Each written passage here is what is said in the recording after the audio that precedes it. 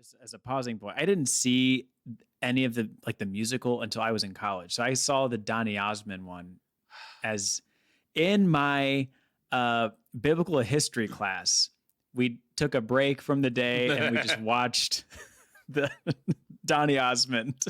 Go now, Joseph, you'll make it someday. I don't think Joseph. Hey. At that time of my life, I did not like it. I thought it was a little sacrilegious, if I'm not going to lie. You thought it was sacrilegious? There was a part of me that felt a little icky about it. I was like, why? In what way? I was a curmudgeon, dude. An absolute curmudgeon. No, answer for your crimes now.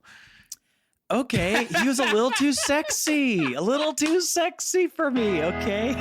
Dearly beloved, welcome to the Unblessed Podcast, where we inquire and exposit the mysteries of that ancient text, that good book itself, the Holy Bible. We are not theologians nor historians. We are but armchair philosophers who spent years in seminary or on a church staff and have since departed to make our own way. We invite you now to read, think, and laugh with us as we dive deep into the denominational doctrines of the divine in the Unblessed Podcast.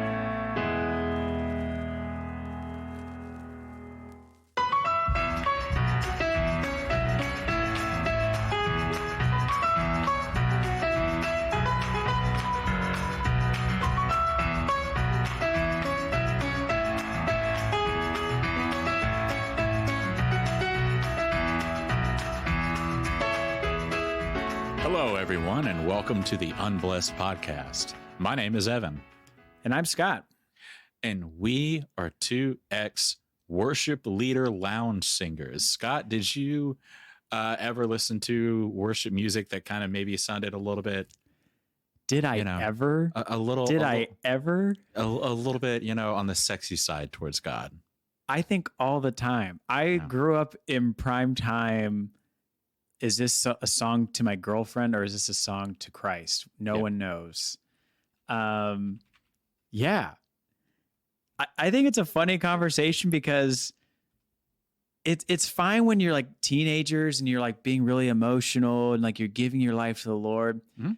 But when you try to introduce those songs to like the full Sunday congregation, it's just like dads working 2 jobs in the front row and they're singing like, beautiful Jesus, or like, I don't know, I love you, I could dance in the streets naked for you, Jesus. So for maybe listeners who are not aware, there's a subset of, and I don't even know if it's a subset anymore. I think it's just mainly what worship music is now, is it's very much a love song to Jesus. Oh, yeah. Very much in one way. One is You're Beautiful by Phil Wickham. And so the lyrics are, I see your face. This is the first verse. I see your face in every sunrise. The colors of the morning are inside your eyes. The world awakens in the light of the day. I look up to the sky and say, you're beautiful. That sounds like a song you would write about your after the first time having sex with someone. It is like, if you didn't tell me it was a worship song, I wouldn't know. Yeah, absolutely. Like you talked about In the Secret earlier. Oh my gosh, that one. In the Secret is so... I want to touch you. I want to see your face and I want to know you more. In the secret, in the quiet place, in the stillness, you're there. In the secret, in the quiet hour, I wait. Only for you, because I want to know you more. This sounds like a gay love poem from 1940. How about this one? Hungry by Catherine Scott. Hungry, I come to you, for I know you satisfy. I'm empty, but I know your love doesn't run dry. I wait for you. I wait for you. I'm falling on my knees, offering you all of me. Don't tell me that's not a John Mellencamp song. I know. There's also the... Hurts so good. There's the controversial. Oh, boy. So we have this brand, which is... Ooh, woo, daddy God. Very much. But then you have the weird John Mark McMillan brand of worship. Let's talk about it. Yeah, let's dive into the number one debated topic in Christianity. Yeah. Number one debated topic in Christianity is unforeseen or sloppy wet. What were you, Evan? I was a sloppy wet. You were a sloppy wet. I was a sloppy wet. I wanted to show the passion that God has for his children. I mean, church. I mean, I don't know. How do you feel about now? Do you still stand by that? If you were to, I think truly I liked sloppy wet because it made people uncomfortable. Oh, interesting. Like, I think if I would have asked about it, I'd be like, no, it like shows the passion and everything. But I think I actually liked it because old people didn't. At the end of the day. Did you ever see people just stop singing like mid song when that popped up when you were doing that? Like people, like old people? I'm not singing that about life. I never noticed. The Lord. Yeah. Your eyes were closed the whole time. Maybe. So to give kind of context, there's a song called How He Loves. And it was written by John Mark McMillan. And it was covered by and made famous by David Crowder. And the original John Mark McMillan version is the verse is, so we are his portion and he is our prize, drawn to redemption by the grace in his eyes. If grace is an ocean, we're all sinking. So heaven meets earth like a sloppy wet kiss. And my heart turns violently inside of my chest. I don't have time to maintain these regrets when I think about the way. And then David Crowder replaced sloppy wet with unforeseen kiss. And it rocked the Christian world. It was like seeing Marilyn Monroe's dress. It rocked the world. It was everything. Change. It was like color TV had been invented. I was an unforeseen guy. I sang unforeseen. You seem like an unforeseen guy. Yeah, I heard the David Crowder one first because I was lame in that aspect. Which, looking back, I was lame in a lot of aspects of Christianity, but not just that aspect. that wasn't the one thing that made me lame. That was a lot of things, but even when I remember somebody approached me one time after a worship service when I was working at a church plant.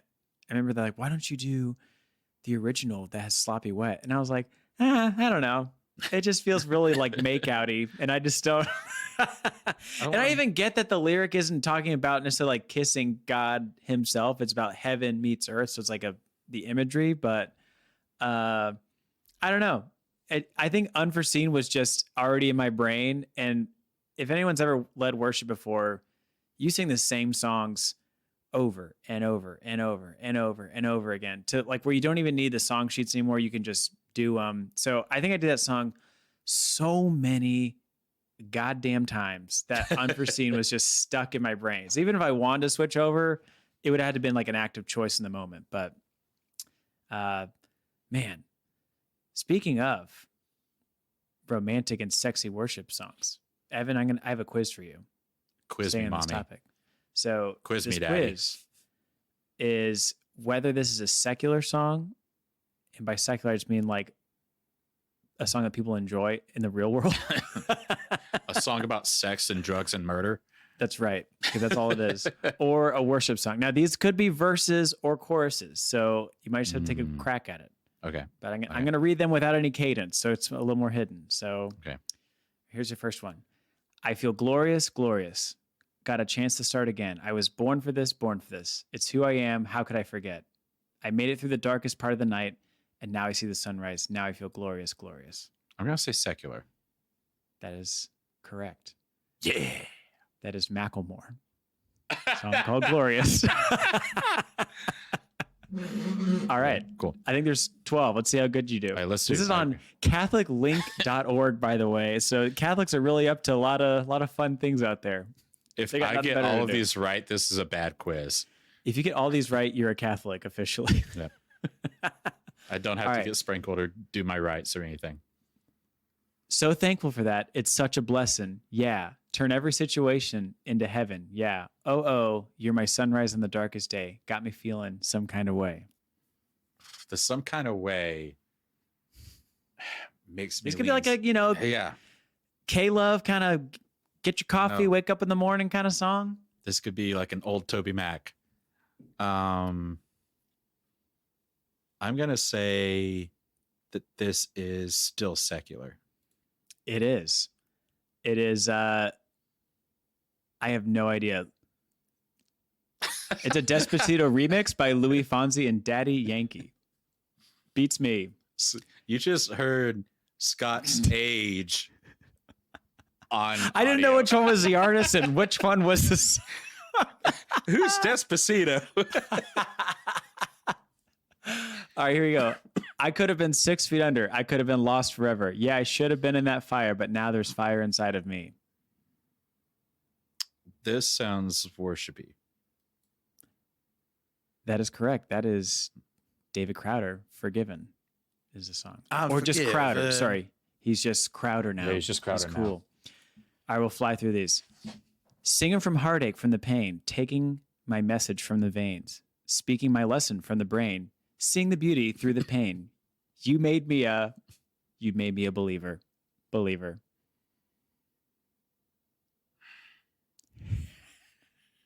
This is tough. Because it sucks like a worship song. It does. I'm gonna say secular though. Man, so far, yes. It is Imagine Dragons Believer. Make me a believer. Who knew? Who knew? What an indictment on Imagine Dragons. Jesus. Yikes. Yeah, that was probably the best way to describe Imagine Dragons. This sucks either way. All right, here we go. I see the world in light. I see the world in wonder. I see the world in life, bursting in living color. I see the world your way, and I'm walking in the light. This is worship. Dang, yeah. It's the hidden tone. It's the your. What made it? Was it just the heavy your emphasis? It's the vagueness of it all. Yeah, you got to keep it kind of ethereal and just It's sort the of like, vagueness of like, I'm walking through your world. I would never say I'm walking through Katie's world. oh, you're living in it. You're experiencing it. I am her world. That was Hillsong United, the song Wonder. All right, you're halfway there. Walking around these walls, I thought by now they'd fall, but you have never failed me yet. Waiting for change to come, knowing the battle's won, for you have never failed me yet. That's worship. Dang. Do It Again by Elevation Worship. Evan, you're on your way to becoming a Catholic. I can do it. Mom, are you listening? All right. I bow down to pray. I try to make the worst seem better. Lord, show me the way. This should be worship. Man, Worship? oh, I'm getting like, because this is so obvious. Don't think too much. I know. I'm gonna say worship. You're dead wrong. It's Lady Gaga. Come on. God damn it. I bow down to pray. Try to make the world seem better. Oh, fuck. Yeah. All right. Your love is greater. Your love is stronger. Worship. Your love awakens. Worship. Absolutely. That was Phil Wickham, the son of a bitch. Stupid. Oh, too easy. Oh, man. Jeez, that horny little killed Evan. Good Lord. All right. That horny All right. little hoe, Phil Wickham. 3 more. Let's do this. While we got the audience by the ears. I know. You They're you strapped like in. this, huh? When peace like a river attendeth my way, when sorrows like sea billows Fuck roll, you. This is worship. make that booty shake throughout the night. Is Lord that- help me. That's too much ass for one boy to handle. Is that? Oh, so I'm kidding. No. Okay. It was just it as well. Of course it is. Okay. No one says billows. Yeah, this is billows anymore. That Sunday morning choir calling, church doors open wide, that hallelujah shoot right through you, make you feel alive. That's secular. Yeah, that's okay. YouTube video unavailable, so I have no idea. We'll never know, but it's secular. All right, last 2. All I needed was the love you gave. All I needed for another day, and all I ever knew, only you, only you. It is a tough one. This is a tough one. I think this one is more than any other one, a more accurate kind of where we were trying to go with the like worship leader love thing. So can I get it one more time? Can I get it one more time? All I needed was the love you gave. All I needed for another day. And all I ever knew, only you, only you. I'm going to say worship. It's a secular song. Oh, fuck. I fell off the end. That's Selena Gomez. Only you. All right, last one. Here we go. Oh. Surely my God is the strength of my soul. Your love defends me. Your love defends me. What a shitty quiz. Feel alone. Your love defends me. This is ass. Secular. That was Matt Maher, that freaking Catholic worship leader guy. Yeah, the only Catholic worship leader out there. The only Catholic concert I attended my entire life. Yeah. Wow. Well, you almost became a Catholic today, so congratulations, Evan. I could have been roommates with Matt Maher. Wow, riveting. How exciting. And he and I would have touched guitars. He would have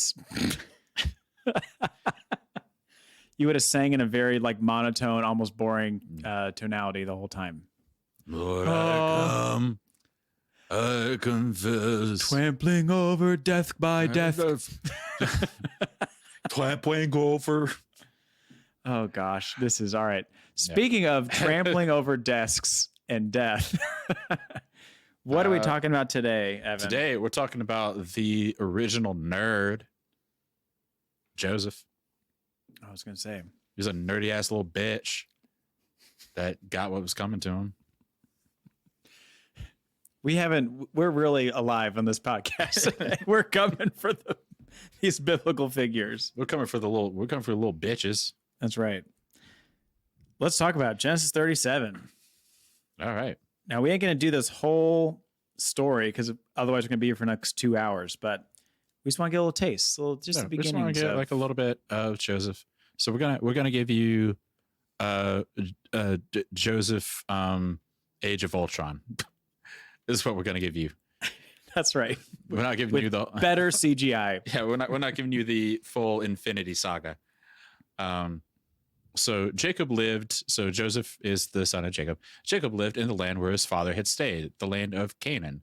These are the family records of Jacob. At 17 years of age, Joseph tended sheep with his brothers.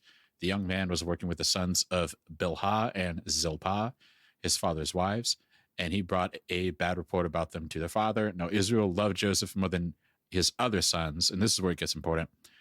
Israel loved, which is also Jacob, loved Joseph more than his other sons because Joseph was a son born to him in his old age, and he made him a robe of many colors. I want to pause here because for like the first 12 years of my life, I was pretty much biblically illiterate. I didn't really know what was going on. And I saw Joseph in the Technicolor Dreamcoat before I started going to Sunday school and learning about Joseph. And so I know this story as not Joseph in the coat of many colors. I know it as Joseph in the Technicolor Dreamcoat. And I said that in Sunday school and people laughed at me. I think everybody said Technicolor Dreamcoat because even me as a kid, I don't know if it's other maybe versions, but because I know they would say like coat of many colors or like whatever they would call it. But as I was a kid, I would always call it Technicolor Dreamcoat. It was just stuck in my brain. Yeah.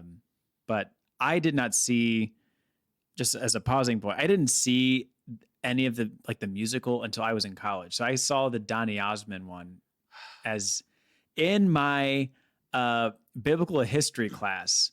We took a break from the day and we just watched the Donny Osmond. Go now, Joseph, you'll make it someday. I don't think Joseph. Hey. At that time of my life, I did not like it. I thought it was a little sacrilegious, if I'm not going to lie. You thought it was sacrilegious? There was a part of me that felt a little icky about it. I was like, why? In what way? I was a curmudgeon, dude. An absolute curmudgeon. No, answer for your crimes now. Okay, he was a little too sexy. A little too sexy for me, okay? It should have been some ugly ass actor doing a Joseph instead. I wanted a raw, gritty, and boring biblical movie, not one that's fun and fantastical and shows cleavage and a lot of Donny Osmond's pouch. Yeah. A very sexy lot of- Genesis. Absolutely. But anyway, When so his that's where we're brother- coming from. Yeah. When his brothers saw that their father loved him more than all his brothers, they hated him and could not bring themselves to speak peaceably to him. So here you have Israel. Israel's like, Joseph came from my favorite wife. And all of his other brothers are like, well, what about us? And he's like, who are you? don't you work on this farm? Then Joseph had a dream when he told it to his brothers. They hated him even more. He said to them, listen to this dream I had. There we were, binding sheaves of grain in the field. Ooh. Suddenly my sheaf stood up and your sheaves gathered around. Don't. You owe me $20. Oh my God. My cock stood up and your cocks gathered around it. Evan. And bowed down to my sheaf. Are you really going to reign over us? His brothers asked. Are you really going to rule us? So they hated him even more because of his dream and what he had said. It is kind of a shitty dream, though. Let's just pause there. Like, if my brother came down to the breakfast table and said, I had a dream that I was everybody's boss in the future and everybody had to work for me and bowed down to me, how would you feel? Wouldn't you be like, oh, piss off? If your brother had that dream and told you that? Yeah. How would I feel? How would you feel if my brother had to be my boss? I feel bad for your brother. Oh, please. I can't imagine. It is kind of a shitty dream. Yeah. And I think it's excusable in the first instance. The second one's worse. Where he's like, then he had another dream and told to his brothers, look, I had another dream. And this time the sun, moon, and 11 stars were bowing down to me. It's basically the universe. Oh, bro. You guys are like the planets. He told his father and his brothers, but his father rebuked him. What kind of dream is this that you have had? He said, are your mother and brothers and I going to come and bow down before the ground before you? His brothers were jealous of him, but his father kept the matter in mind. Dreams are interesting in the Old Testament because it's assumed they come from God, like they're ordained by God, but so far it doesn't really say that these are dreams from God. Like they're just kind of like, and I haven't done a lot of reading on what ancient Jews thought about dreams, but I think it's like peering into the future in a way of like, oh, I had this dream and I see what's coming down the road, whether God ordains it or not. Like I had a dream and this is what's just going to happen. And they kind of have to figure it out. And I think that's why people who dreamed and could interpret it were so important. But are these visions of what will be or what may be? Yeah, who knows? Yeah. I just think it's funny that you could technically have a dream and just make up whatever you want. Because I mean, think about the dreams you have nowadays. Like, it doesn't predict anything. But yeah, so far, kind of an asshole. But let's keep moving. So, verse 12. There's flocks at Shechem. Israel said to Joseph, your brothers, you know, are pasturing the flocks at Shechem. Get ready. I'm sending you to them. Your I'm brothers. Ready. Your brothers. Jason Statham. I'm ready, Joseph replied. Then Israel said to him, go and see how your brothers and the flocks are doing and bring word back to me. So he sent him from the valley of Hebron, and he went to Shechem. A man found him there wandering in the field and asked him, what are you looking for? I'm looking for my brothers, Joseph said. Can you tell me where they are pasturing their flocks? They moved on from here, the man said. I heard them say, let's go to Dothan. Like, why is this part in this fucking... I know, this is so not needed. Oh my God. Fucking Moses paid by the word? Like, Jesus. So Joseph set out after his brothers and found them at Dothan. They saw him in the distance, and before he had reached them, they plotted to kill him. They said to one another, here comes that dreamer, John Lennon. Come on, let's kill him and throw him into one of the pits. We can say that a vicious animal ate him, Then we'll see what becomes of his dreams. When Reuben heard this, he tried to save him from them. He said, let's not take his life, Reuben said to them. Don't shed blood. Throw him into the pit of the wilderness, into this pit in the wilderness, but don't lay a hand on him, intending to rescue him from the hands and returning him to his father. I think this is kind of fun. Where it's like, there's our shitty ass little brother. Let's kill him. And Reuben's like, well, hold on. No, let's just throw him into the pit. Yeah. He's banking that he's going to get him out of that pit, which sounds worse. Like, I don't just shoot me. And if you're going to kill me, just kill me. I don't want to suffer in a desert pit and die. Yeah. He has no idea that because what does happen is they throw him in the pit and then they all stay there. Oops. So my favorite is verse 19 that they try to sound intimidating. They just call him the dreamer. Just here comes this dreamer, fancy boy. Here comes this multifaceted, Technicolor Dreamcoat man. Here comes that guy who dances in our town where we don't allow dancing. Here comes Donny Osmond. Here comes the hot Osmond brother. And his perfect nipples. Quick story on the Osmond brothers. So my grandmother one time told my dad that she went and saw the Allman Brothers. And he was like, what? And she was like, yeah, they were nice. They were a nice group. Like, they had, all their matching outfits, everything like that. And my dad was like, the Allman Brothers? And she was like, yeah, because he's the one that's like in that Joseph and the Technicolor. And he was like, you mean the Osmond Brothers? Allman Brothers. I would like to see that now. That would be some yacht rock, Joseph and the Technicolor yacht rock. Could you imagine like Greg and Dwayne Allman and Joseph in the Technicolor Dreamcoat? Oh, absolutely. Just that would improve. Ripping on the guitar for like 5 minutes straight. That would have reversed the sacrilegious part of the movie for me. If they were part of it. Amazing. If there were more blue jean jackets. Oh, yeah. Yeah. When Reuben heard this, something, where are we? So Reuben's trying to save him. 23, I think we're at. Yeah. When Joseph came to his brothers, they stripped off his robe, the robe of many colors that he had on, the Technicolor Dreamcoat. Can't mention it enough. Yep. Good Lord. And then they took him and threw him into the pit. I fell in the pit. You fell in the pit. We're all in the pit. The pit was empty. There was no water in it. Then they sat down to eat a meal. They looked up, and there was a caravan of Ishmaelites coming from Gilead. Their camels were bologna sandwiches or like peanut butter and jellies, Doritos, like a nice Kool-Aid, carrot sticks. No, it was ancient Israel. It's like a peanut butter jelly on wheat. On grain. On barley. Peanut butter hadn't been invented yet.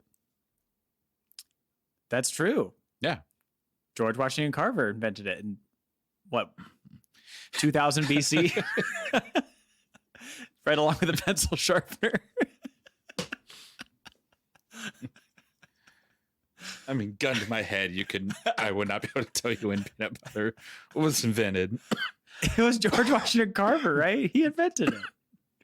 Oh, yeah, that's who, not when. Oh, we're killing him in here today. I think it was 1492 he invented peanut butter. Across the ocean blue. Okay, so they sat down to eat, and then they look up, and what do they see? A caravan of Ishmaelites coming from Gilead. Their camels were carrying aromatic gum, balsam, and resin. God. Going down to Egypt. Then Judah said to his brothers, what do we gain if we kill our brother and cover up his blood? Come, let's sell him to the Ishmaelites and not lay a hand on him, for he is our brother, our own flesh. And they agreed. So nice that they are nice to their brother. Yeah. When Midianite traders passed by, his brothers pulled Joseph out of the pit and sold him for 20 pieces of silver of the Ishmaelites to the Ishmaelites and who took Joseph to Egypt. So Joseph gets sold to the Ishmaelites, who are slave traders, and they're on their way to Egypt to sell Joseph there. So the problem's all the way gone in Egypt, which is the mental equivalent of like Asia for us. Yeah. They're long gone. Long gone. He's out of here. When Reuben returned to the pit and saw that Joseph was not there, he tore his clothes. He went back to his brother and said, "The boy is gone. What am I going to do?" So they took Joseph's robe, slaughtered a young goat, and dipped the robe in his blood. Don't we all? You know. They sent the robe of colors to their father and said, "We found this. Examine it. Is it your son's robe or not?" So, to recap, Joseph was a bit of a prick, his little brother. Just a little bit. His dad told him, like, "Hey, go out and check on your brothers. They're out plowing the field." His brothers were not where his dad told them they were going to be. Somebody said they were, up a little bit, probably doing older brother cool stuff. Fireworks. Yeah. It's always fireworks. Smoking weed. Kissing, maybe. Kissing each other. Kissing each other. You practice on me now. You practice on me, so that way Sheila knows I'm good at it. Was it seventh heaven? I don't know. Probably. But they, and so he gets there and they're like, "There's our shithead little brother. Let's kill him." And Reuben goes, "No, let's not kill him. Let's throw him into the pit." And he's thinking, "I'm going to help save him." And they do. And then against Reuben's plan, they all stay. Yeah. And hang out. They don't just throw him in the pit and leave. Have just a quick PBJ sesh by the pit. No big deal. And then the Looney Tunes style, a trade caravan rolls up. And the timing is just perfect. It's just impeccable. And then they're like, "Hey, why don't we just sell it to these guys?" Instead. Yeah, Foghorn Leghorn over here. Yeah. If he dies as a slave, that's not our fault. I said, boy. What is that, boy? And then to account for the missing of Joseph, they take the coat, they dip it in blood, and they present it to Israel, saying, "There's one more angel in heaven. Oh my gosh. There's one more star in the sky." The songs go right by me. So if you're looking for a rise. Joseph, the things that you stood for, like truth and love ever die. This is the moment I was reading my Bible fervently and praying to the true God of the universe. I was praying to Andrew Lloyd Webber. Yeah, so they fake his death just to, I guess. Just because they're mad at him. Yeah. Yeah, they're like trying to really shove it in his face. I mean, do you think they're trying to appease him, like, don't even bother looking for him, he's dead? Or is it more of like he's fucking gone, like, take your coat? I mean, I think both things can be true. Yeah. I think it is a situation of, well, we can't let our dad know we sold our brother into slavery. True. And I think it is also like, hey, your son's dead. It's us now.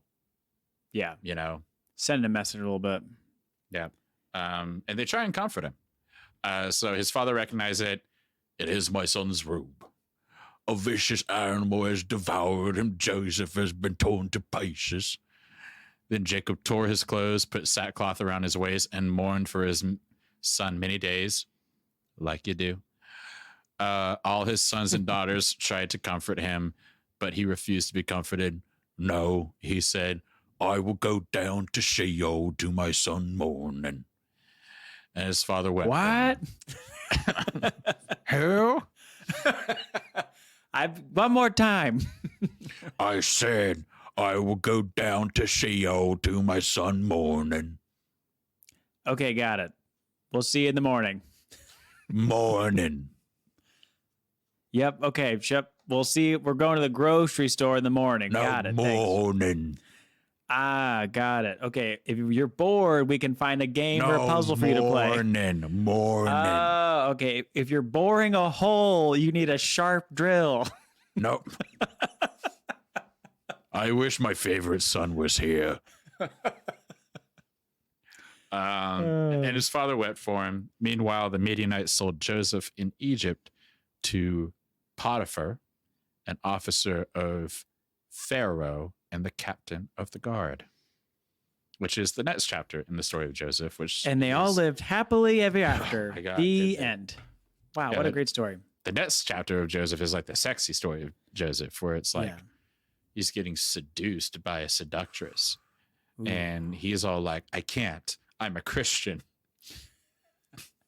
I think what's kind of, just to kind of recap this chapter alone, is there's really no mention of God at all. That whole, I mean, you're not getting your daily worth dose of biblical activity in that verse. You're just getting a bunch of people walking around being shitheads. There's no like, the Lord told me this. Lord, look at this. Nothing. This is Game some of guy got a Thrones. dream and his brothers were mad. Yeah. Exactly. This is secession. Did you ever did you perform in this play? Did they ever do like this as a musical for you in any capacity? I wish. We never had it like in my school or nothing, but so that's why I was never exposed to it. Yeah. I listen to it all the time. I know. Really? Close every door to me. Were you were a big musical family growing up? I was. Yeah. Can you tell, listener? You just ooze musical. You ooze stage performance. I need the bit where Joseph like reveals his dreams to be a little bit more of a like, hey fellas, I had a dream.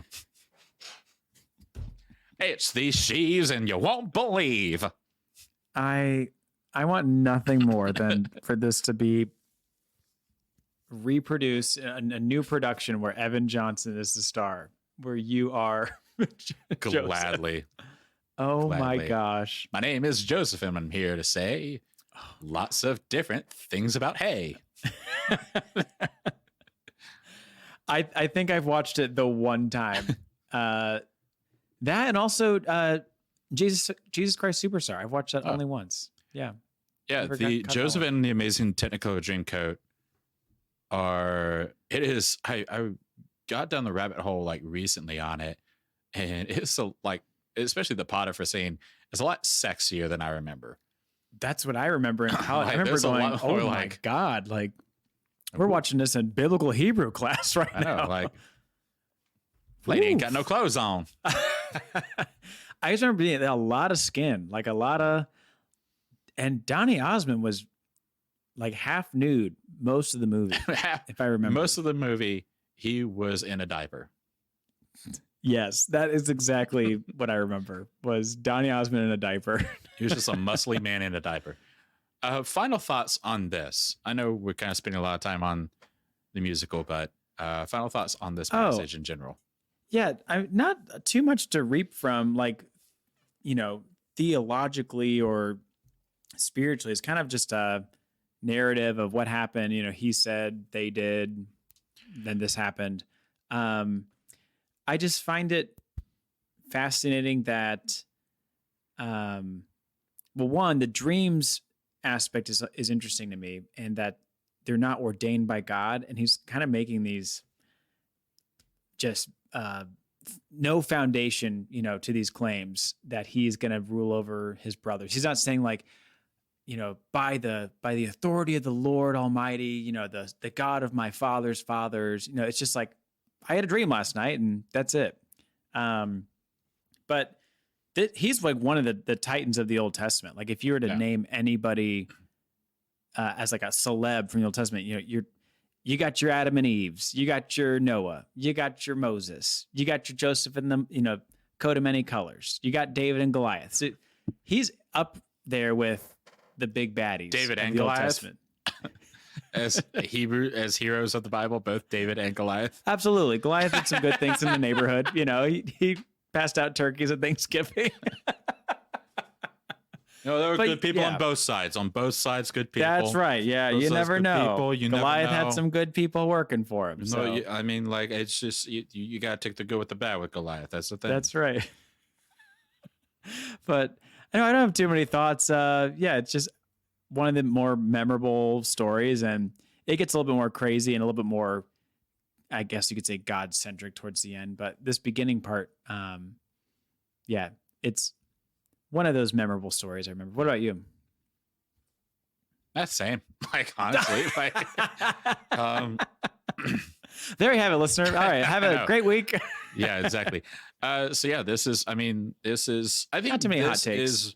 This is one of those stories. And I think the reason why we don't have a whole lot to say about it is this is one of those rare Old Testament stories where we were taught it at every facet.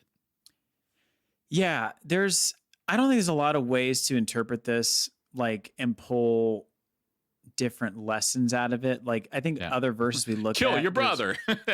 Yeah.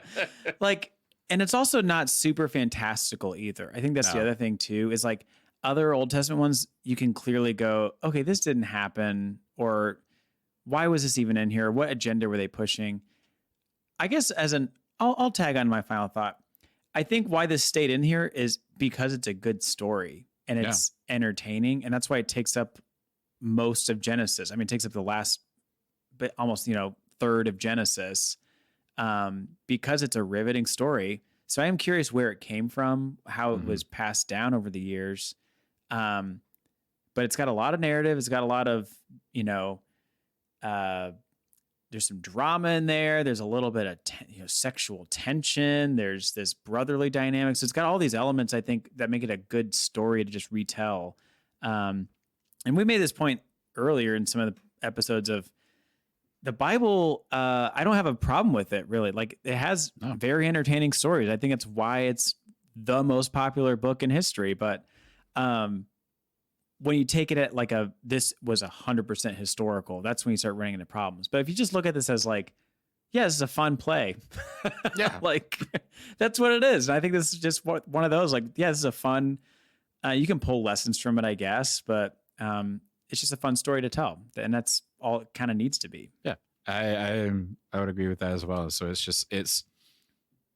just an entertaining story. Who knows where it came from, but like, I don't know. Yeah, we've talked about this before, where it's like, don't let these stories be these stories. Yeah. You don't need to elevate them beyond what they already have. Not everything has to already do. point to Christ and like how it is all about the sacrifice and blah, just like, let these people wear their coats of many colors and dance around in the desert.